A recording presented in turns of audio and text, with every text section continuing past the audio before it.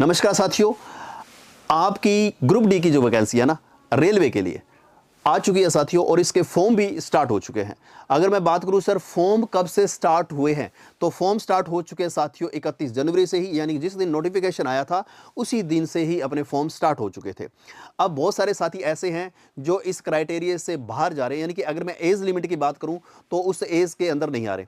बोले सर इसकी क्वालिफिकेशन क्या है, तो क्वालिफिकेशन इसकी 10th पास, या अगर आपने 10th के साथ ITI कर रखी है या फिर ITI भी कर रखी है तो भी आपका काम चल जाएगा। यहां अगर मैं बात करूं साथियों, ये अपना जो फॉर्म चलेगा ये चलेगा 2 मार्च तक, है ना।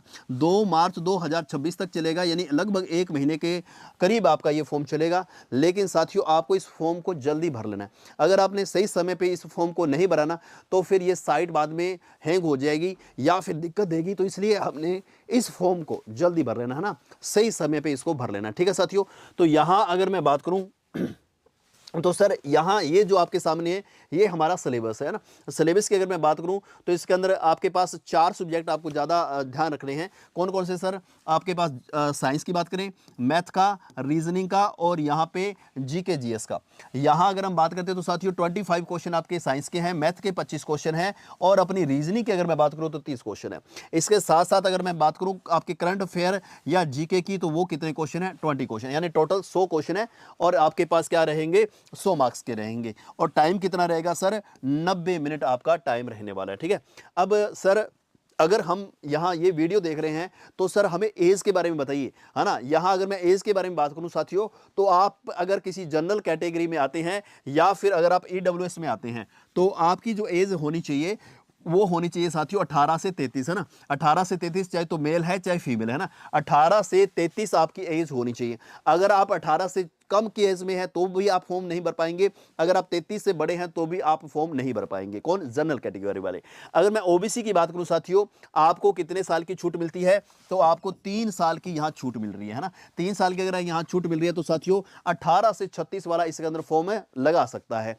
अगर मैं बात करूं साथियों, आपके पास SC ST वालों को 5 साल की छूट मिलेगी। इसका मतलब ये हुआ साथियों कि 18 से 38 वाला, है ना, 18 से 38 वाला इसके अंदर फॉर्म लगा सकता है। लेकिन अब प्रॉब्लम ये भी है कि सर कईयों की जो उम्र है ना वो हो तो रही है, 36 भी हो रही है, 38 भी हो रही है, 37 भी हो रही है, लेकिन वो क्राइटेरिया नहीं पता चल पा रहा कि सर किस तारीख से लेकर किस तारीख के बीच वाले हम फॉर्म भर सकते हैं। तो ये भी मैं आपको बता देता हूं। अगर आप जनरल या EWS कैटेगरी में आते हैं, है ना, जनरल या EWS कैटेगरी में आते हैं तो आपके पास 2/1/1993 से, है ना, आपका जो जन्म है ना वो 1993 से पहले का नहीं होना चाहिए। बोले सर ये एज काउंट कब की होगी? देखो जितने भी साथी एक चीज का जरूर ध्यान रखना, ये एज काउंट आपकी 1/1/2026, है ना, जो हमारा नया साल है 2026 का 1 तारीख, पहला महीना 1 तारीख, यहां से आपकी एज काउंट होगी। अगर आप जनरल कैटेगरी के अंदर आते हैं तो आप 2/1/1993 के पहले के कैंडिडेट नहीं होने चाहिए, है ना।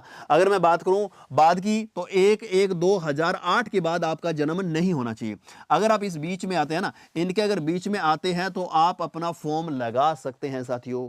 अगर आप में से कोई OBC का कैंडिडेट है तो सर OBC वाला कितने तारीख से कितने तारीख वाला आएगा, तो आपको ये ध्यान रखना है OBC के लिए 2/1/1990, है ना, यानी आपके पास 2/1/1990 से पहले का जन्म नहीं होना चाहिए। और अगर मैं बात करूं 1/1/2008 के बाद वाला नहीं होना चाहिए। तो आप इसके अंदर क्या कर सकते हो? फॉर्म लगा सकते हो। इसके साथ साथ SC ST की बात करूं साथियों, SC ST वाला कौन फॉर्म भर सकता है? तो यहां आपको ध्यान रखना है 2/1/1988, यानी कि आपके 2/1/1988 से पहले का कोई भी कैंडिडेट नहीं होना चाहिए। और बाद वाला तो वही सेम है, 1/1/2008 का बाद का नहीं होना चाहिए।